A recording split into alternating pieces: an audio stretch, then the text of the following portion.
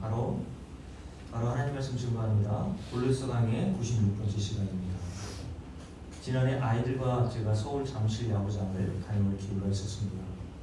그때 야구장으로 제가 아이들과 들어가기 위해서는 반드시 입구에 서 있는 직원들로부터 한 가지 거쳐야 될 확인 작업이 있었습니다. 무엇을 직원들이 확인했겠습니까? 제가 어디에 사는지, 제 나이가 어떻게 되는지, 제 직업이 무엇인지, 제 키와 몸무게가 얼마인지, 얼마나 제가 잘생겼는지 전혀 그거는 확인하지 않더라고요. 제 최종 학력과 성적이 어떠한지 궁금해하지도 않고 묻지도 않았습니다. 오직 직원은 하나만 확인했어요. 뭐겠어요? 그날 야구 경기를 볼 수 있는 티켓이 있는지 없는지만 확인하더라고요. 그래서 직원은 저를 비롯해서 그날 야구 경기 티켓이 있는 사람이면 그 사람의 나이와 성별과 어디에 사는지와 직업과 상관없이 이순재 씨가 돌아가셨지만 보험 광고에서 이렇게 얘기했죠. 묻지도 따지지도 않고 표만 있으면 들여보내주더라고요. 그런데 그날 야구 경기 티켓이 없는 사람들은 그가 누구인지 관계없이 못 들어가게 제지합니다. 여러분, 그렇다면 하나님 나라에 들어갈 때 하나님께서 과연 우리에게 무엇을 확인하시고 물으실까요? 제가 이렇게 질문하고 싶은 건 이겁니다. 하나님께서 여러분이 하나님 나라에 이제 들어가려고 할 때에 확인하는 한 가지가 있단 말이죠. 과연 무엇을 여러분에게 하나님께서 확인하실까요? 여러분의 직분이 뭔지를 물어보실까요? 우리가 얼마나 기도했는지를 물으시겠습니까? 우리가 지금까지 헌금한 액수가 얼마인지를 물으실까요? 우리가 지금까지 전도한 사람의 수를 물으시겠습니까? 우리의 헌신의 정도나 우리의 열심의 정도를 물으실까요? 마태복음 16장을 보면 우리 주님께서 한 인간이 하나님 나라에 들어가기 직전에 무엇을 물어보시는지를 정확히 말씀하시는 장면이 기록되어 있어요. 우리 주님께서는 택하신 제자들에게 무엇을 물어보셨냐면 제자들의 직업, 연봉, 재산, 그들의 헌신의 정도, 능력의 정도가 어느 정도인지를 하나도 묻지 않으시고 우리 주님께서 택하신 제자들에게 딱 한 가지 물어보셨어요. 그게 뭔지 아세요? 너희는 나를 누구라 여기느냐 라고 물으셨어요. 간단히 말하면 너나 아냐는 겁니다. 그러니 여러분, 하나님 나라에 들어가려고 할 때 하나님은 여러분들에게 다른 어떤 것을 물어보거나 확인하지 않으십니다. 딱 하나, 여러분 하나님 정말 아십니까? 너나 아냐는 거예요. 교회 다니는 사람 치고 하나님 모른다고 하는 사람이 없어요. 그리고 목사와 같은 저 같은 신분이 있는 사람들은 하나님을 잘 안다고 생각을 합니다. 그런데 예수님 당시에 율법의 전문가, 성경의 학자들이었던 바리새인과 서기관들과 대제사장들도 그렇게 스스로 하나님을 잘 알고 있다고 생각했던 부류였죠. 근데 여러분, 결국 예수님을 십자가에 달아 죽인 대상이 누구였어요?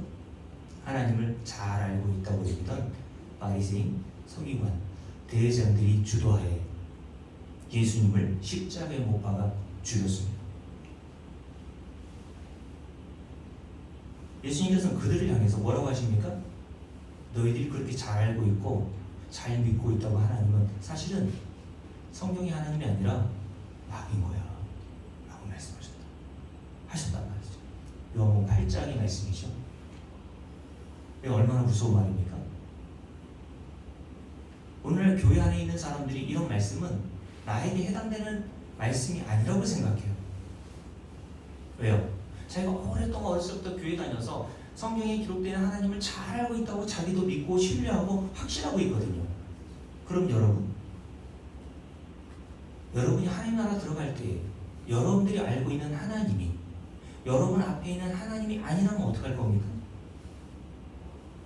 마태복음 7장에 보면 그날에 많은 사람들이 주님께 와서 주님을 아는 척하죠. 그러면서 주님을 안다고 하면서 주님께서 요구하시고 기뻐하시는 일을 했다고 자랑을 늘어놓지 않습니까? 주의 이름으로 권능도 행했고 주의 이름으로 순교도 행했고 주의 이름으로 기도도 했고 귀신도 쫓아냈고 많은 일을 했다고 자기의 일한 목록들을 쭉 나열한단 말이죠.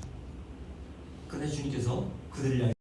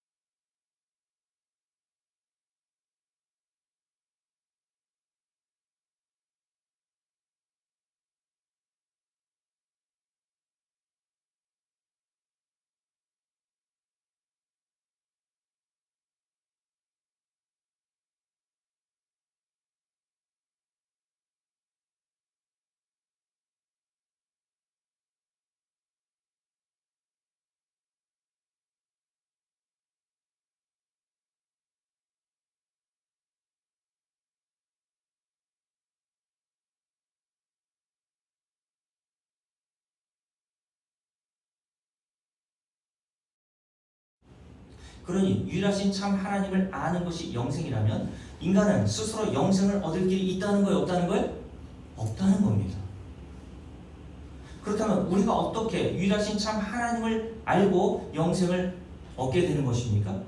하나님께서 알려주셔야 되는 거예요. 그래서 마태복음 16장에 보면 우리 주님께서 너희는 나를 누구라 하느냐라고 제자들에게 물으셨고 제자들의 대표로 베드로가 이렇게 대답하죠. 주는 그리스도시요 살아계신 하나님의 아들이십니다 라는 대답을 했을 때 이 대답을 들었던 우리 주님께서 베드로에게 하신 말씀이 뭡니까? 베드로야 너 참 대단하다. 어떻게 이 진리를 알게 되었니? 참 내 실력이 대단하구나 라고 하면서 그의 머리를 쓰담쓰담 해준 것이 아니라 주님께서 한마디 딱 하시죠. 이렇게 말씀하셨습니다. 예수께서 대답하실 때 바요나 시몬아 네가 복이 있도다. 어떤 자가 복이 있다고 하십니까? 우리는 이 세상에서 잘 먹고 잘 사는 사람을 복이 있다고 하고 호상을 어떤 걸 호상이라고 해요? 9988234 99세까지 팔팔하게 건강하게 살다가 죽을 때에도 2, 3일 앓고 꼴가닥 하는 거. 그걸 호상이라고 보통 이야기하는데 정말 성경에서 말하는 복 뭡니까? 우리 주님께서 베드로에게 네가 복이 있다 라고 말씀하시면서 그 다음 내용이 이래요. 이를 내게 알게 하니는 혈육이 아니요 하늘에 계신 내 아버지시니라 라고 말씀하셨어요. 그러면 뭐가 복이라는 겁니까? 하나님이 보내신 자 예수 그리스도를 아는 게 복이라는 얘기잖아요. 그렇죠? 근데 그 복을 인간이 노력하고 획득할 수 있는 게 아니라 하늘에 계신 아버지께서 그 복을 주셔야 인간은 받을 수 있다는 겁니다. 그래서 고린도서 3장에 보면 사도 바울이 뭐라 했습니까? 고린도 교회 성도들에게 야 너희들이 받은 것 중에 받지 않은 게 뭐가 있니? 다 하나님께서 너희들에게 거저 주는 선물로 너희들이 받은 거 아니니? 근데 너희들이 왜 서로 자랑하고 난리야? 너희들이 뭐 했다고 그렇게 자랑하고 뻥이냐?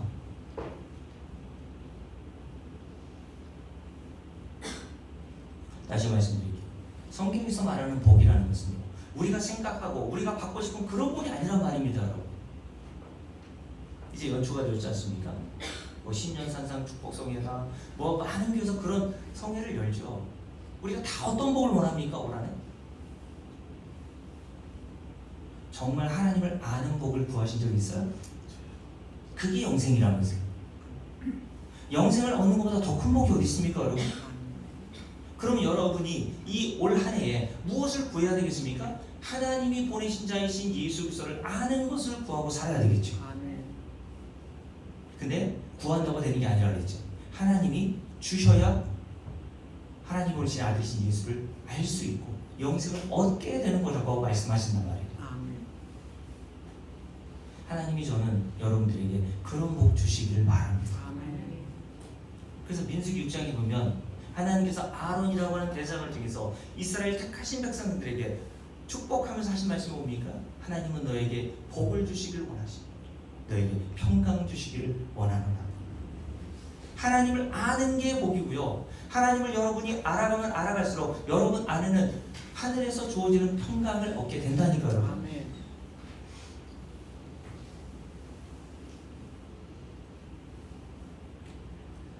그래서 사도 바울은 에베소 교회 성도들에게 편지한 에베소 1장에서 이렇게 기도했습니다.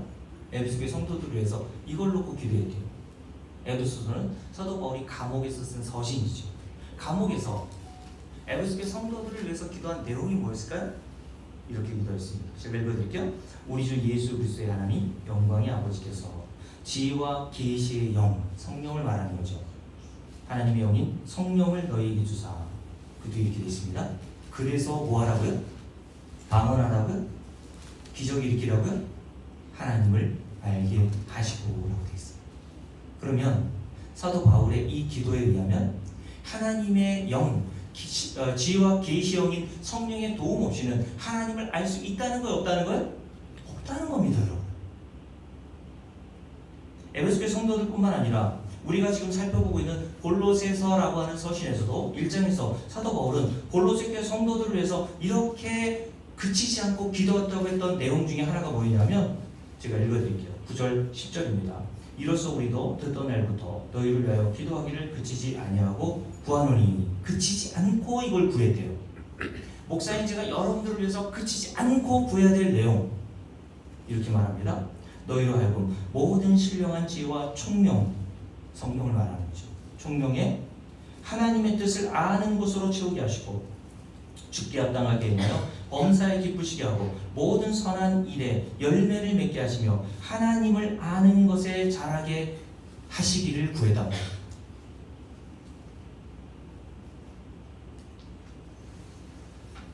그러니 유일하신 참 하나님을 알고 다시 말씀드릴게요. 영생을 우리가 얻게 된 것은 전적인 하나님의 주도하심에 의해서 우리에게 주어지는 것이지 저와 여러분의 수고와 노력으로 획득하는 게 아니라고 말씀합니다. 그래서 하나님은 자신이 택한 이스라엘 백성들을 자신이 어떤 자인지를 깨달아 알게 하시기 위해서 어디를 가셨죠? 광야라는 곳으로 40년 세월을 살게 하신 거예요. 하나님은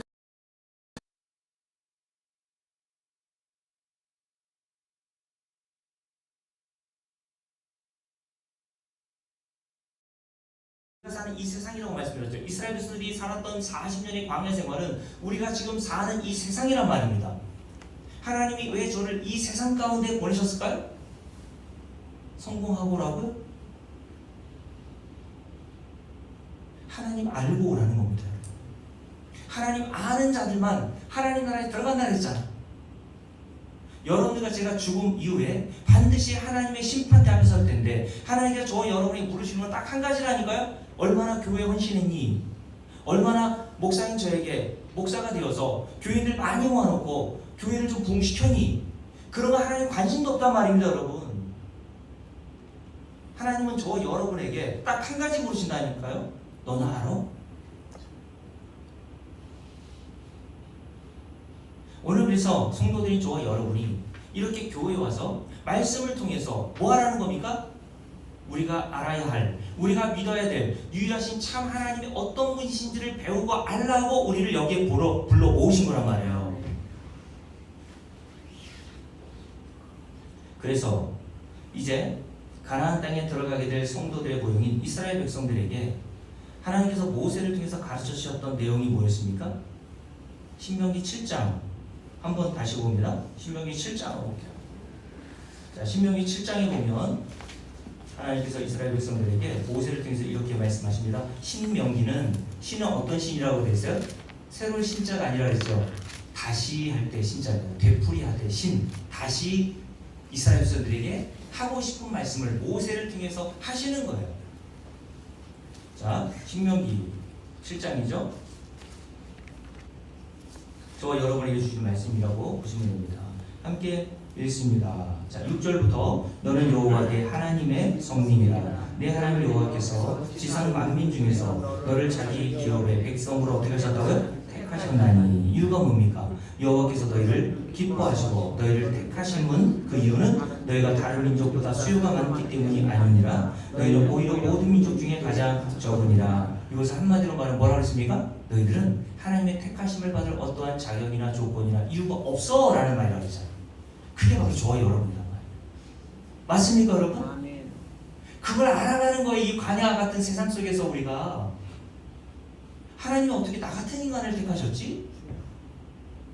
먼저 여러분이 그것을 알아야 하나님의 은혜가 무엇인지를 깨닫는다니까 여러분. 그래서 로마서 5장에서 바울이 뭐라고 했다고 했어요? 죄가 더한 곳에 하나님의 은혜가 넘쳤다라고 얘기하는 거예요. 그럼에도 하나님께서 자격과 조건과 이유가 안 되는 저와 여러분을 이스라엘 백성들을 구원하신 이유가 두 가지 나온다 그랬죠? 함께 읽습니다. 8절 여호와께서 다만 너희를 사랑하심 때문에 라는 말. 사랑받을 어떤 조건과 자격과 이유가 없는데 하나님이 그런 자들을 사랑하시기로 택하셨단 말입니다 여러분. 그게 바로 저 여러분이라니까 여러분. 그래서 하나님께서는 저와 여러분이 하나님의 사랑받을 자격이 없는 자임을 날마다 말씀을 통해서 드러내시는 겁니다. 폭로하신단 말이에요. 그리고 두 번째 이유가 뭡니까? 하나님은 이런 하나님이시고, 두 번째 함께 읽습니다. 또는 너희의 조상들에게 하신 맹세를 지키려 하심 때문이다 라고 말씀하세요.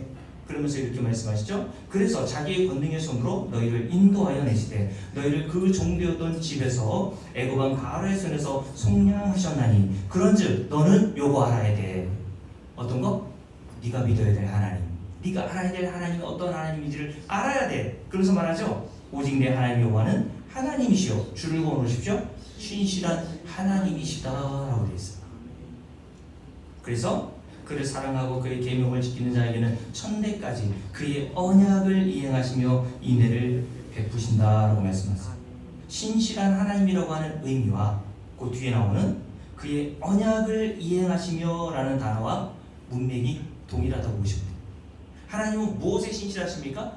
언약하신 것을 신실하게 지키시는 일에 신실하시다는 분이요, 믿을 만한 분이시라는 말입니다. 이스라엘 백성들에게 하나님은 광야 40년 세월을 거치면서 이 두 가지 딱 알려주신 거예요. 우리도 이 두 가지 알고 하나님 나라 가면 되는 겁니다 여러분. 아, 하나님은 이런 분이시군요. 그래서 여기서 신실하다라고 하는 의미는 믿을 만하다, 신뢰할 만하다라고 하는 뜻인데요. 사도 바울은 이러한 의미로 미쁘신 하나님이라는 표현을 자주 사용했습니다. 우리가 지난주일에 살펴봤던 디모데후서 2장에 보면 2장 13절에서 그래서 이렇게 이야기했어요. 우리는 미쁨이 없을지라도 주는 하나님은 항상 미쁘심.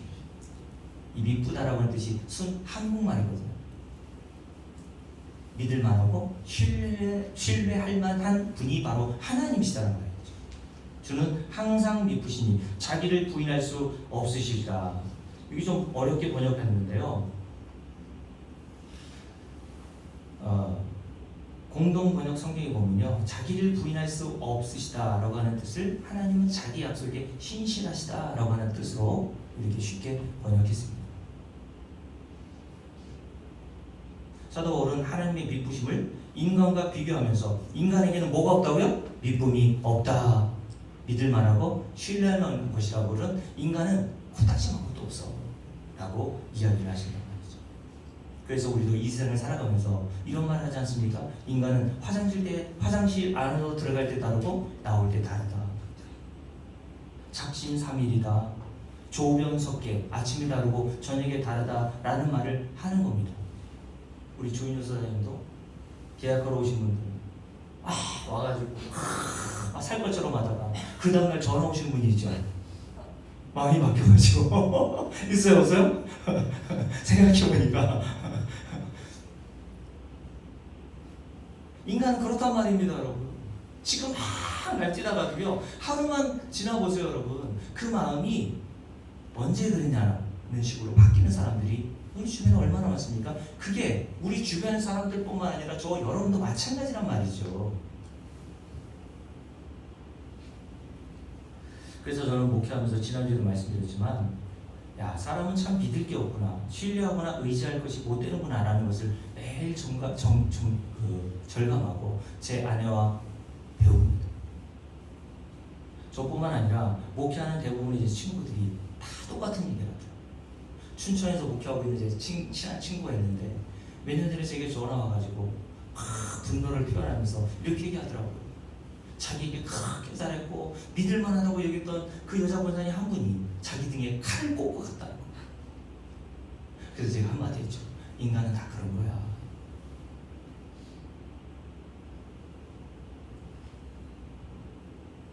그래서 저는 목회하면서 사람에 대한 기대가 별로 없어요. 그래서 어떻게 보면 마음이 좀 더 편해지더라고요. 기대가 많으면 실망도 큽니다.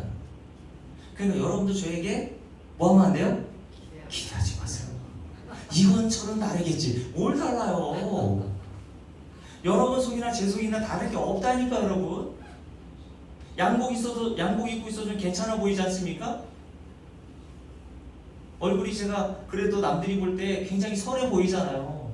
제가 어렸을 때부터 착하다는 말을 수도 없이 듣고 자랐다니까요. 근데 저는 저 자신을 너무 잘 알아요. 제 안에 뭐가 있는지 알거든요 저는. 여러분 안에 있는 게 제 안에도 있단 말입니다. 그래서 목사를 너무 기대하고 바라보지 마세요. 혹시 여러분이 차를 타고 가다가 제가 신호 위반을 한다 할지라도 인간은 저래 이렇게 하십시오. 아니 어떻게 목사가 저래? 목사도 그럴 수 있습니다. 사람은 믿을 만한 게 하나도 없어요. 그래서 오늘 약속한 것도 내일 뒤지는 겁니다. 그래서 제가 예를 들어 설명해 드렸잖아요. 제가 되게 편지를 보낼 때 약속하다가 마지막 추신해. 아빠 그렇다고 내가 이걸 꼭 지킨다는 말은 아니에요. 이렇게 쓴다고 했잖아요. 근데 우리 조인 여사님이 그걸 또 인용해가지고 써먹더라고요. 식사하면서 목사님 앞으로 잘 나오겠습니다 라고 하더니 그 뒤에 꼭 그렇게 한다는 건 아니에요. 약속하세요 여러분. 약속을 하고 굳게 맹세도 하세요. 그리고 자기 자신을 보란 말입니다. 내가 이렇게 아무리 굳게 맹세하고 약속해도 나는 그 언약과 약속을 지킬 능력이 없는 자구나. 그걸 알아먹어야 여러분들이 신실하신 하나님이 어떤 분이신지를 알 거 아닙니까 여러분. 사람은 믿을 게 못돼. 그러니까 약속도 하지 말라는 게 아니에요. 약속 좀 하세요 좀 올해. 어떻게 내가 제자교회를 잘 섬길 것인지 올해 한번 저한테 좀 얘기 좀 해보세요. 어차피 안 될 걸 뭐 이렇게 하지 마시고 좀.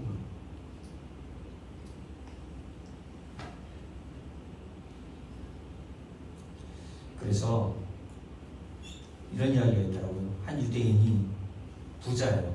근데 유대인이 길을 가다가 옛날 이야기니까 길을 가다가 반대편으로 넘어가야 되는데 넘어갈 길이 없어요. 근데 이렇게 찾다 보니까 산과 산을 연결하는 밧줄로 이렇게 메어놓은 다리를 본 거예요. 근데 그 다리를 이렇게 보니까 오래돼가지고 낡고 삭아가지고 건너가다가 떨어지게 생긴 거예요. 그래서 이 유대인이 하나님께 기도했습니다. 하나님, 부자니까 이 다리를 무사히만 건너가게 해주시면 제 재산의 전부를 하나님께 드리겠습니다. 그리고 조심스럽게 발을 내딛고 중간쯤 왔습니다. 마음이 좀 바뀌었어요. 그래서 하나님께 다시 협상합니다. 하나님, 재산은 전부를 드리겠다고 했는데 너무 많은 것 같아요. 나는 뭐 먹고 살아요? 재산의 절반을 드리겠습니다. 그래도 내 자식이 많으니까 그 정도면 하나님 충분하실 거예요. 그러면서 다리를 또 걷기 시작했습니다. 이제 다리를 거의 끝에 이제 다 닫았어요. 그러자 유대인의 마음이 또 바뀌었어요. 그래서 하나님께 다시 협상을 합니다. 하나님, 절반도 너무 많은 것 같아요. 10분의 1만 드리죠. 그랬더니 그 기도가 끝나자마자 그 다리가 흔들리면서 우직근하면서 끊어지는 소리가 나는 거예요. 그래서 유대인이 화들짝 놀라고 땀을 닦으면 하나님께 이렇게 이야기했다고 합니다. 하나님, 농담입니다. 농담.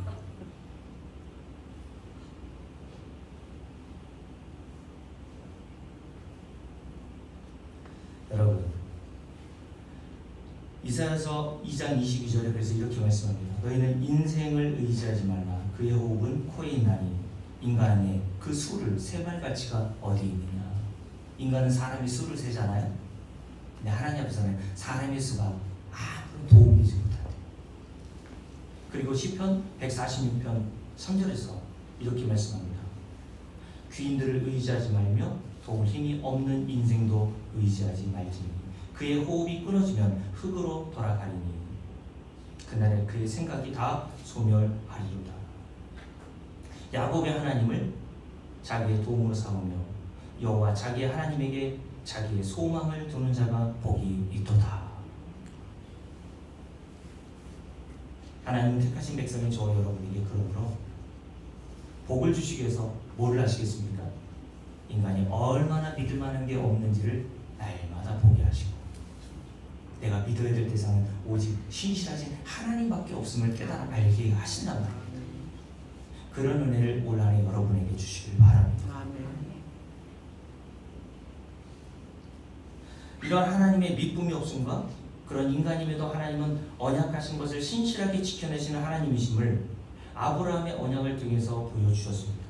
그래서 신명기 7장 8절 우리가 펴놓고 있는 8절 말씀에 보면 이런 말씀하셨죠. 너희의 조상들에게 하신 맹세를 지키려 하심으로 말미암아. 이스라엘 백성들의 조상들 누굴 얘기하는 걸까요? 대표적으로 아브라함을 얘기하는 거겠죠. 이스라엘 백성들은 자기의 가장 최고의 조상으로 아브라함을 생각하고 있었단 말이죠. 그 아브라함에게 하나님이 언약하시는 과정을 통해서 인간은 얼마나 믿을 만하지 못하고 오직 믿을 만한 분은 하나님 한 분밖에 없는지를 보여주셨단 말이에요. 그래서 어디에서 복음할 수 있습니까? 여러분, 창세기 12장에 볼까요? 창세기 12장에 보면 하나님께서 아브라함을 부르시는 장면이 기록되어 있죠. 자, 12장 창세기 12장 1절부터 함께 읽습니다. 여호와께서 아브라함에게 이르시되 너는 너의 고향과 친척과 아버지의 집을 떠나 내가 네게 보여줄 땅으로 가라. 내가 너로 큰 민족을 이루어 네게 뭘 주겠다고? 복을 주고 내 이름을 창대하게 하리니 너는 복이 될지라 라고 말씀하셨어요. 여러분, 아브라함은 어떤 자였습니까? 갈대아 우르라는 곳에서 자기 아버지 데라의 직업이 뭐였는지 아세요? 우상을 섬기는 자들에게 우상을 제작하여 제공하던 자였습니다. 이 고대 시대 때는요, 아버지의 직업이 그대로 상속이 됐거든요. 그대로 계승이 되었단 말이에요. 그러니까 아브라함도 역시 아버지 데라를 따라서 아버지가 섬기는 우상을 섬기다가 영원한 멸망에 처할 수밖에 없는 상황이었던 거예요. 근데 하나님께서 그런 아브라함에게 찾아오신단 말이죠. 그리고 일방적으로 아브라함에게 떠나라고 명령하시고 복을 주시겠다고 언약하신단 말이에요. 여러분, 성경에서 말하는 구원이 바로 이런 겁니다. 아브라함이 하나님을 구한 적도 없고요, 하나님을 만나려고 노력한 적도 없어요. 그런데 하나님이 아브라함을 찾아오시더란 말이에요. 그게 구원인 거예요.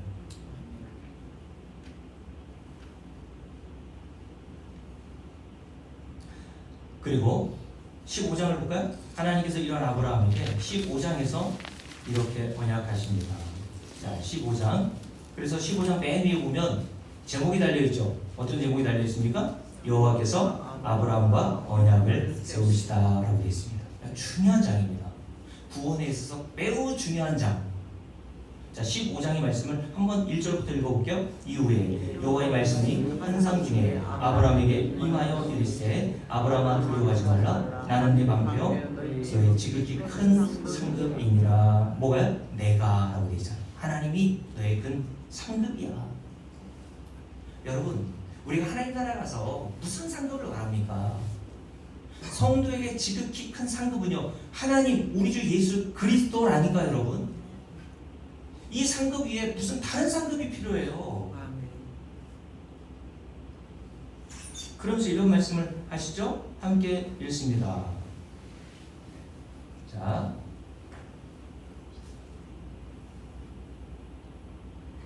쭉 읽어볼게요. 2절. 아브라함이 이르되 주 여호와여 무엇을 내게 주시려 하나이까? 나는 자식이 없사오니. 그죠? 지금 자식이 없는 상태예요. 불임의 상태란 말입니다. 나의 상속자는 이 다메섹 사람 엘리에셀입니다. 아브라함이 또 이르되 주께서 내게 씨를 주시지 아니하셨으니 내 집에서 길린 자가 내 상속자가 될 것입니다. 근데 하나님이 뭐라고 해석하십니까? 4절. 여호와의 말씀이 그에게 임하여 이르시되 그 사람이 내 상속자가 아니라 내 몸에서 날 자가 내 상속자가 되리라 하시고 그를 이끌고 밖으로 나가 이르시되 하늘을 우러러 무뼈를 셀 수 있나 보라. 또 그에게 이르시되 내 자손이 이와 같으리라. 아브라함이 여호와를 믿으니, 이 말씀 굉장히 중요하죠. 이런 여호와 하나님을 믿으니 뭘 믿었다는 거예요? 하나님의 언약하심을 믿었다는 거예요. 지금 자식이 없어요. 근데 하나님의 언약하신 대로 자기에게서 나올 그 후손들을 바라보고 그 하나님을 믿었다는 겁니다. 뭘 믿는 거예요? 하나님은 언약하신 일에 신실하신 하나님이심을 아브라함이 믿었단 말이죠. 그걸 보고 하나님이 아브라함을 그를 의로 여기셨다라고 말씀합니다. 자, 그러면서 이렇게 말씀하죠.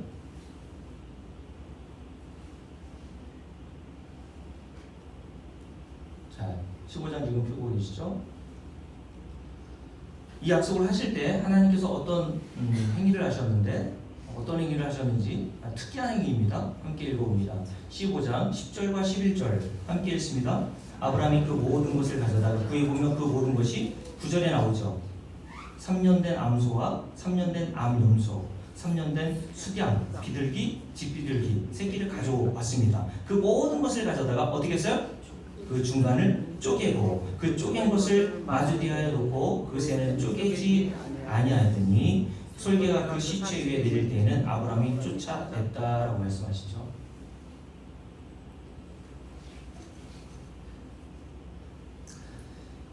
여러분, 그리고 난 다음에 하나님께서 어떻게 하시죠? 17절 읽어봅니다. 함께 읽습니다.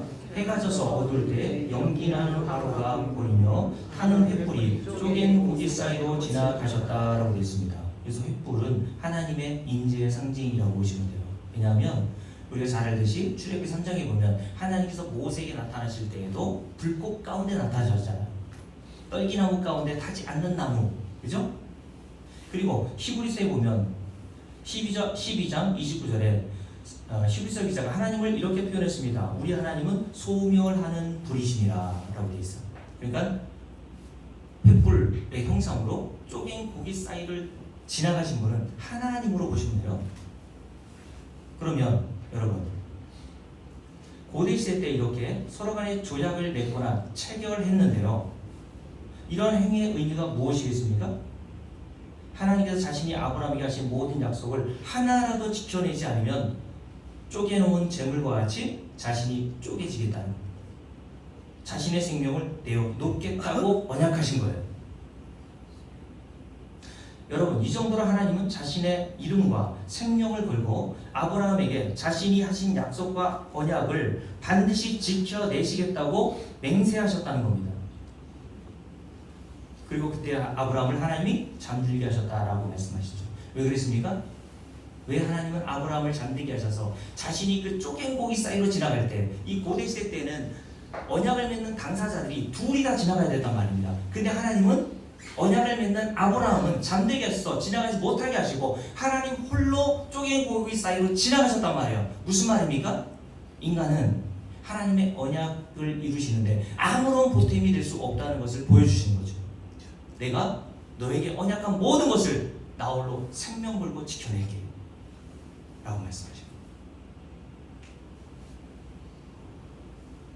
그래서 출애굽기 14장에 보면요, 하나님께서 이스라엘 백성들을 홍해 바다로 인도하시죠. 앞으로 뒤에는 애국의 군사들이 따라오는 상황이었고 앞에는 붉은 홍해 바다가 가로막고 있는 상황이어서 이스라엘 백성들에게는 진퇴양난, 앞으로도 가지 못하고 뒤로 돌아설 수 없는 상황이었단 말입니다. 왜 하나님이 그곳으로 몰아넣으셨을까요? 이스라엘 백성들이 홍해 바다 앞으로 가고 싶어서 간 게 아니에요. 불과 구름 기둥이 그들을 인도하여 가신 곳이 홍해 바다 앞이었단 말입니다. 왜요? 그들은 하나님의 언약을 믿지 못했습니다. 그래서 모세를 원망하고 불평했죠. 그때 하나님께서 모세를 통해서 그런 이스라엘 백성들에게 뭐라고 말씀하셨는지 아십니까? 제가 이렇게 읽어드립니다. 출애굽기 14장 13절과 14절입니다.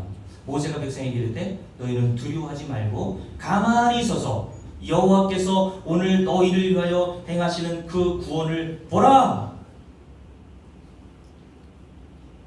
여호와께서 너희를 위하여 싸우시리니 너희는 가만히 있을지어다 라고 말씀하셨어요.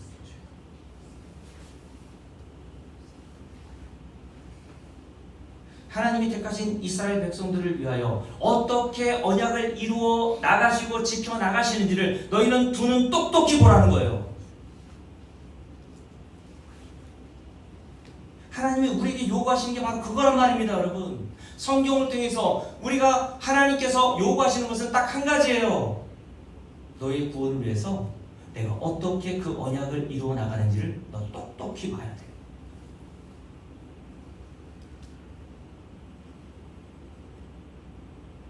여러분 생각해 보세요. 아브라함과 사라가 하나님의 언약을 이루시는데 무슨 도움이 됐습니까? 아브라함과 사라는 처음 하나님의 언약을 들었을 때, 즉 12장, 창세기 12장에 기록되어 있는 말씀을 들었을 때는 굉장히 기뻤습니다. 그리고 15장의 말씀까지도 괜찮았단 말이죠. 믿음도 보였습니다. 그러나 그 이후에 아브라함과 사라의 행적을 좀 보세요. 그들이 처음 하나님으로부터 언약을 들었을 때와는 전혀 다르게 하나님의 언약을 믿지 못했음을 보여줍니다. 왜 그랬겠습니까? 하나님이 언약하신 지가 벌써 10년이 넘어서 있었거든요. 근데 하나님의 언약하심이 10년이 넘었음에도 불구하고 언약이 이루어질 기미가 조금도 보이지 않는 거예요. 그래서 아브라함과 사라의 입장에서는 어떤 생각이 들었겠습니까? 하나님께서 자신들에게 언약하신 것을 새까맣게 잊고 계시거나, 혹은 하나님이 언약하신 것을 우리들에게 취소하셨구나, 혹은 자신들이 잘못 들은 것은 아닌가라는 생각이 들었습니다. 그래서 아브라함과 사라가 한 일이 뭡니까? 사라의 말을 듣고 사라의 몸종이었던 하갈에게 들어가서 동침하여 아들을 낳아버렸죠. 그 아들의 이름이 뭐였어요? 이스마엘이었어요. 창세기 16장을 볼까요? 창세기 16장 16절을 보세요. 함께 읽습니다. 하갈이 아브라함에게 이스마엘을 낳았을 때 아브라함이 몇 살이었습니까? 86세였더라 라고 되어 있습니다. 그러면 이삭을 낳은 게 100세잖아요. 이삭과 이스마엘의 나이 차이가 몇 살이에요? 14살 차이였단 말입니다, 여러분. 그러니까 아브라함이 하나님의 언약을 받은 지 10년이 넘었고, 그런데 하나님의 언약은 이루어질 기미가 조금도 보이지 않으니까 아브라함과 사라가 한 일이 뭐예요? 하나님의 언약에 대한 불신으로 말미암아 인간적인 방법을 동원해서 이스마엘이라고 하는 아들을 쑥 낳아버린 겁니다. 그런데 하나님은 이때도 침묵하고 계세요. 그리고 나셔서 다시 하나님께서 아브라함에게 나타나십니다. 그 장면이 기록되어 있죠? 자, 함께 읽어봅니다. 어디 기록되어 있습니까? 17장이죠. 17장 보세요. 바로 뒤에 나오죠? 86세였다가 이제 99세가 되었어요. 그럼 몇 년이 흐른 거예요? 13년이 또 흐른 거예요. 벌써 25년 이상이 지난 겁니다. 하나님의 언약하신 지. 자, 17장 1절 봅니다. 함께 읽습니다. 아브라함이 99세 때에 여호와께서 아브라함에게 나타나서 그에게 이르시되 주를 빡빡 꺼놓으세요. 나는 어떤 하나님? 전능한 하나님이라. 여러분이 믿는 하나님도 전능한 하나님이시죠? 전능하다는 뭡니까? 능하지 못할 일이 없으신 하나님. 그렇죠? 근데 여러분, 세상 종교에서 믿는 신도 이런 신 없나요? 이런 신이 있단 말입니다, 여러분. 이슬람교에서 믿는 신도요, 전능한 하나님이라니까요? 전능한 알라. 다른 이단 종교에서 믿는 하나님도요, 전능한 하나님을 믿어요. 근데 문제는 뭐냐면, 우리가 성경에서 말하는 이 전능한 하나님을 어떤 전능한 하나님으로 생각하냐는 거예요. 여러분, 전능하신 하나님이라고 생각할 때 여러분이 믿고 알고 있는 그 전능하다라는 뜻이 어떤 의미입니까? 우리의 소원 들어주시고, 우리가 꿈꾼 대로, 우리가 계획한 대로 우리의 병을 낫게 하시고, 그런 일을 행하시기에 전능하신 하나님으로 생각하고 그 하나님을 믿잖아요. 근데 이 세상 모든 종교에서 그런 하나님을 믿는다니까, 여러분. 근데 여러분, 오늘 창세기 17장에서 말하는 우리에게 가르쳐주신 전능하신 하나님이라는 것은 우리가 기대하고 우리가 알고 우리가 믿고 있는 그런 하나님과 다르단 말입니다, 여러분. 왜 하나님께서 아브라함에게 갑자기 나타나셔서 나는 전능한 하나님이다! 라고 말씀하셨겠어요? 여러분, 17장 1절부터 27절 말씀까지 눈으로 한번 빨리 한번 읽어보세요. 가장 많이 등장하는 단어가 있어요. 그 단어가 뭡니까? 어휴, 어떻게 이렇게 잘하세요? 그냥 때려 맞추는 거야? 맞습니다. 언약이라는 단어인데요. 언약이라는 단어가 제가 찾아보니까 14번이 등장해요. 언약, 계속 언약. 그리고 어떨 때는 하나님께서 자신의 언약을 내 언약이라고도 표현하시고 영원한 언약이라고도 표현하시죠. 13절 같은 경우에는 영원한 언약이 되려니와 이런 말씀합니다. 그럼 여러분, 나는 전능한 하나님이라는 말씀과 이 언약이란 말과 긴밀한 연관이 있다는 말 아닙니까, 여러분? 맞아요, 틀려요? 제가 꾸며낸 얘기 아니잖아요. 그러니 오늘 이 언약이라는 단어와 전능한 하나님이라는 단어가 긴밀한 연관이 있다면 이런 거 아닙니까, 여러분? 하나님은 어느 것에 전능하시다는 거예요? 자신이 언약하고 맹세하시고 약속하시는 것을 완벽하고 완전하게 이루시는데 전능하신 하나님이시라는 뜻입니다. 아멘. 하나님은 저와 여러분의 소원을 이루시기에 전능하신 분이 아니에요, 여러분.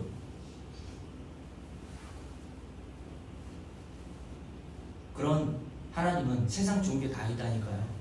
오직 성경에서 말하는 유일한 참 하나님, 영호 10장 3절, 유일한 참 하나님이라고 했잖아요. 세상 어떤 종교에도 없는 그 하나님, 너 나 알아? 라고 했을 때 하나님께서 자기를 드러내신, 성경에서 드러내신 그 하나님은 어떤 하나님이라고요? 자기의 언약하신 것을 하나님께서 전능하심으로 신실하게 완벽하고 완전하게 조금의 빈틈도 없이 다 이루어내시는 하나님이심을 말씀하신 겁니다.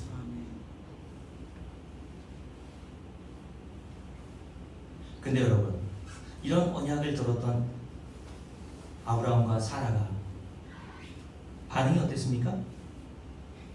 잘 믿었나요?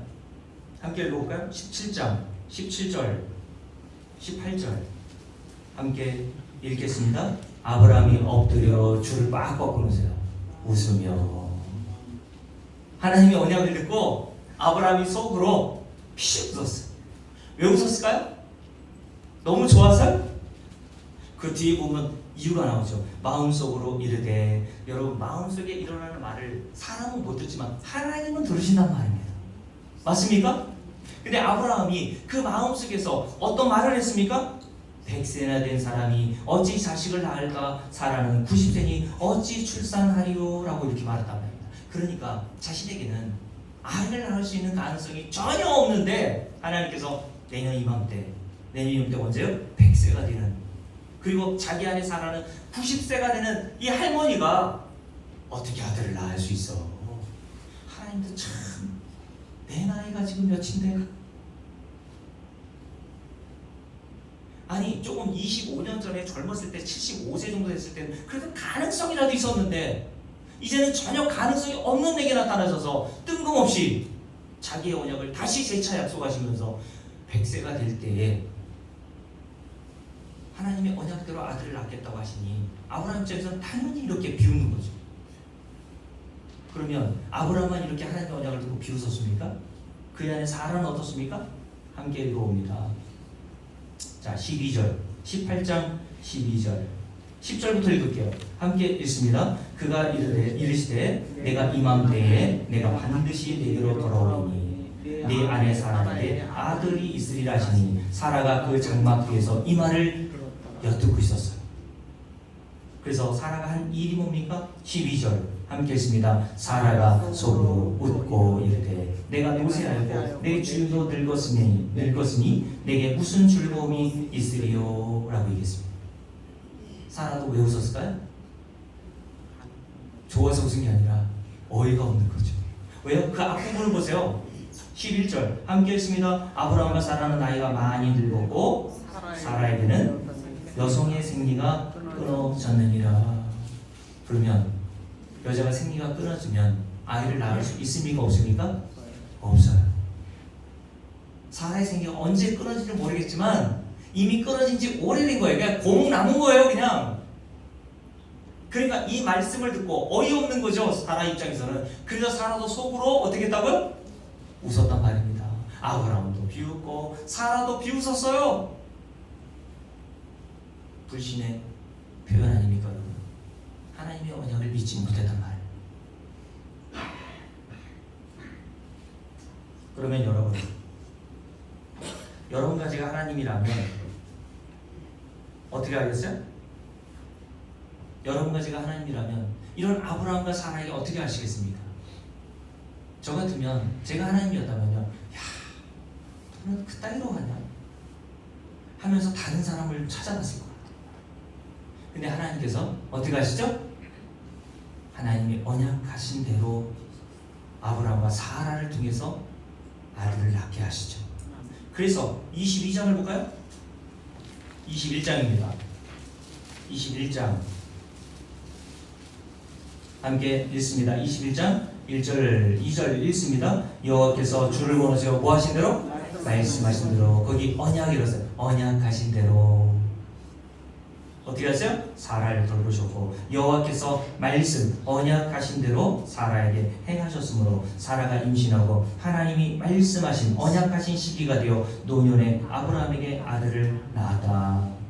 그 아들의 이름을 이삭, 진짜 웃음이라고 하는 이름을 지어줬어요. 그러니 여러분, 이삭이라고 하는 이름이 웃음이라는 뜻인데 아브라함과 사라가 여러분 자녀들을 부를 때 뭐라고 불러요? 어이 그러진 않잖아요. 저희 아버지는 제가 어머니에게 이름을 불러주지 않았어. 어이 그러시죠. 어이. 참 못되거리 하나도 없지 않습니까? 여러분들 자녀를 어떻게 불러요? 이름을 부르잖아요. 아브라함과 사라도 100세에 얻은 아들 이삭을 부를 때 이삭이라고 하는 이름을 수도 없이 불렀을 거 아닙니까? 그럴 때마다 뭐를 생각했을까요? 아, 나는 하나님의 언약을 믿지 못하고 비웃었는데 하나님은 그 언약을 이루심으로 나를 웃게 하시더라. 여러분, 하나님께서 왜 아브라함에게 이렇게 행위를 나타내십니까? 창세기 15장에서 하나님께서 아브라함이 언약하실 때요, 하나님은 아브라함에게 어떤 조건을 내세우지 않으셨어요. 네가 이렇게 하면, 네가 이렇게 나한테 잘하면, 앞으로 네가 착하게 살면, 이런 조건이 하나도 없어요. 그냥 하나님께서 아브라함에게 일방적으로 언약하신 겁니다. 아브라함이 달라고 하지도 않았는데 아들을 주겠다고 하고, 아브라함이 요구하지도 않았는데 그들의 후손들을 가나안 땅, 젖과 꿀이 흐르는 그 복된 땅으로 들어가게 하시겠다고 일방적으로 언약하셨단 말입니다. 근데 그 일방적으로 하나님이 언약하신 것을 하나님이 홀로 아브라함과 사라의 비웃음과 불신에도 불구하고 다 이루어 내시더라. 우리가 믿는 하나님이 이렇게 언약에 신실하신 하나님이시란 말입니다, 여러분. 이게 말씀이 왜 중요합니까? 여러분의 구원이 바로 이런 방식으로 우리에게 주어진 것이기 때문에 그래요. 하나님이 저와 여러분에게 언제 언약해 주셨죠? 장세전이라고 했죠. 여러분, 신명기 7장의 말씀, 이스라엘 백성들에게 하나님께서 모세를 통해서 너희 조상들에게 언약하고 맹세한 대로 내가 너희를 애굽에서 구원해내고 그리고 가나안 땅에 이제 들어가게 하겠다고 하셨는데, 하나님이 언약하신 시점이 언제였어요? 아브라함 때였죠. 시간으로 보면 600년 이상입니다. 아브라함에게 약속하신 600년이 지나고 아브라함도 죽고 그의 아들 이삭도 죽고 야곱도 죽고 요셉도 죽고 하나님의 약속을 기억하는 사람이 거의 없는 그 시기에 하나님은 자신이 언약하신 대로 그의 후손들인 이스라엘 백성들을 애굽에서 구원해내시고 가나안 땅으로 들여 보내시더라고요. 인간의 어떤 행위와는 관계없이 하나님은 자신이 언약하신 일을 이 땅에서 이루어내십니다. 저와 여러분을 구원하시기 위해서 언제 언약해 주셨다고요? 창세전에 알았잖아요. 자, 디도서 1장으로 볼까요? 디도서 1장을 한번 보세요. 디도서 1장입니다.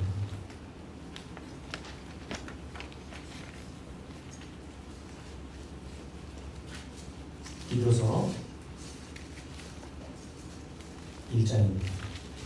자, 여기 보면 아주 중요한 단어가 기록되어 있는데, 자, 1장 1절부터 쭉 한번 읽어볼게요. 하나님의 종이요 예수 그리스도의 사도인 나 바울이 사도된 것은 하나님이 택하신 자들의 믿음과 경건함에 속한 진리의 지식과 영생의 소망을 위하며, 이 영생은 이라고 되어 있죠. 이 영생은 언제?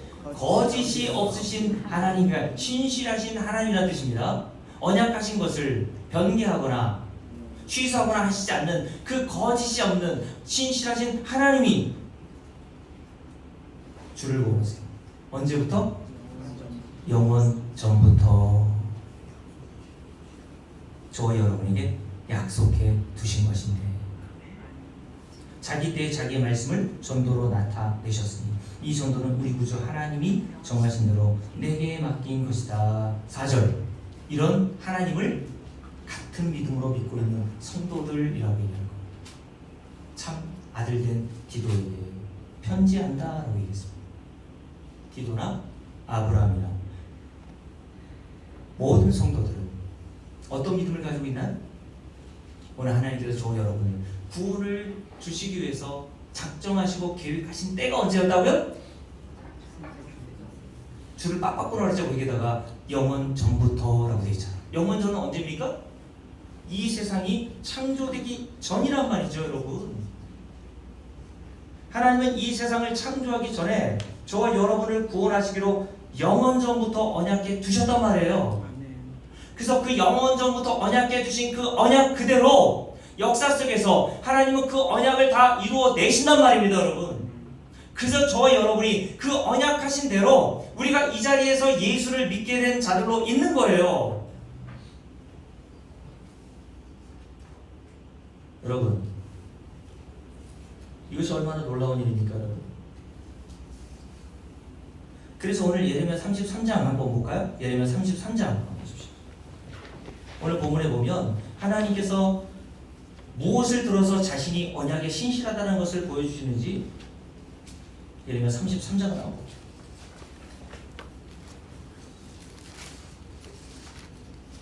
자, 예레미야 33장 다 피셨죠?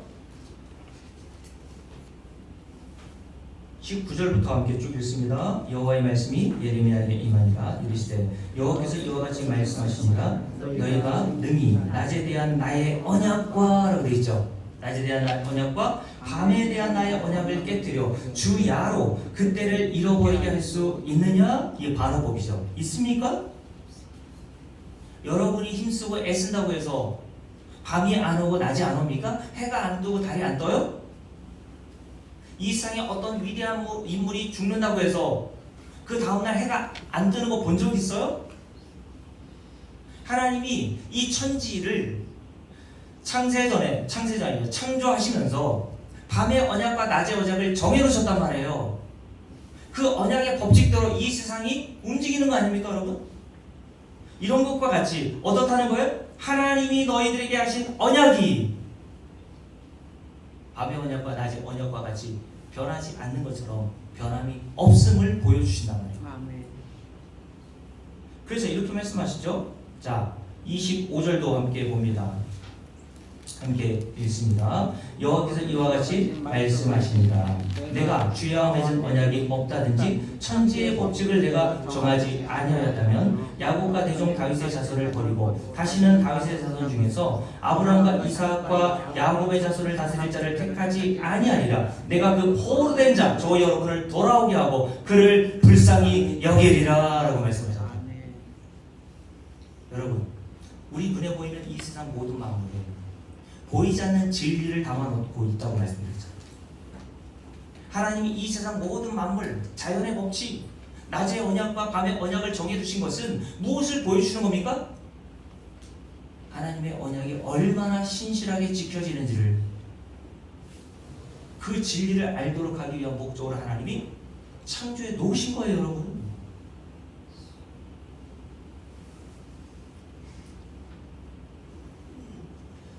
이런 하나님의 창조의 목적대로, 계획하신 대로, 영원전에 하나님이 계획하신 대로 하나님이 이 역사 속에서 자신의 계획을 펼쳐나가시고 하나님의 계획과 뜻대로, 언약하신 대로 저와 여러분을 구원해 내셔서 저와 여러분이 이 자리에 앉아있는 줄로 믿으십시오. 그래서 이렇게 얘기했어요. 어떤 학자, 제가 읽어드릴게요.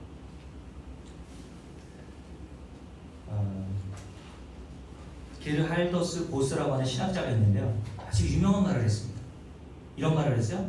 종말이 역사를 앞선다. 다시요. 종말의 묵시, 영원한 세계, 하나님이 창세 전에 계획하신 그 계획이 역사를 앞선다는 말입니다. 무슨 말이냐면 하나님의 계획하신 모든 창세전 계획은 이 역사 속에서 반드시 이루어지고 성취되는 것이기 때문에 역사가 앞서는 것처럼 보이지만 실은 종말, 묵시, 창세전 하나님의 언약이 역사에 앞서 있다라고 얘기하는 거예요. 그래서 우리가 주기도문 어떻게 외웁니까? 하늘에서 하나님의 뜻이 이루어질 거예요? 이루어진이라고 되어 있습니까? 이루어진 것 같이 완료되었다는 거예요. 땅에서도 하나님의 뜻이 이루어지기를 원하나이다. 이렇게 기도하라고 가르쳤어요. 말씀하시길. 사랑하는 성도 여러분, 여러분은 정말 하나님의 이 신실하심을 믿습니까? 우리의 행위와는 관계없이 우리가 이 땅에서 착하게 살든 덜 착하게 살든, 그렇다고 여러분 착하게 살지 말라는 말도 아니고 막 살라고 하는 말도 아니라고 말씀드렸잖아요. 성도는 그렇게 못 산다니까 여러분. 근데 우리가 늘 한결같지는 않잖아. 늘 하나님을 믿는 게 한결같은 믿음을 가지고 사는 건 아니잖아. 그렇잖아요. 그래서 저도 옛날에는 불안했다니까요. 목사로서 기도할 때, 설교하고 있을 때 주님이 오시면 얼마나 좋을까. 괜히 테니스 치다가 공 맞아서 죽을 때 예수님이 오시면 나 구원받지 못하는 거 아니야? 강전사님, 남편이 우리 이은사님하고 부부싸움 한 적이 있어요, 없어요? 있죠. 그때 주님 오시면 어떻게 되는 겁니까? 이 반사판인데 뭐 하면서 막 싸우고 있을 때 주님이 딱 재림하신 거예요. 그때 어떻게 됩니까? 너는 안 되겠다 그러시니? 그러십니까? 아니요. 하나님은 자신의 영원전 언약하신 대로 언약해 두신 자들을 구원하신단 말이에요. 아멘. 그렇다고 해서 저는 부부싸움 하라는 말은 아니라는 걸 아시죠? 이제 마음대로 부부싸움 해도 된다 이런 말은 아니란 말입니다, 여러분. 여러분들이 그런 하나님 어디에서 만날 수 있습니까?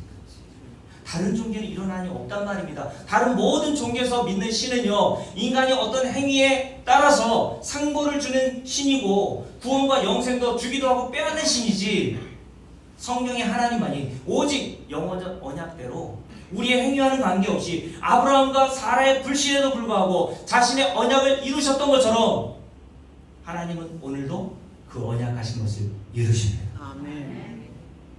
함께 찬송합니다.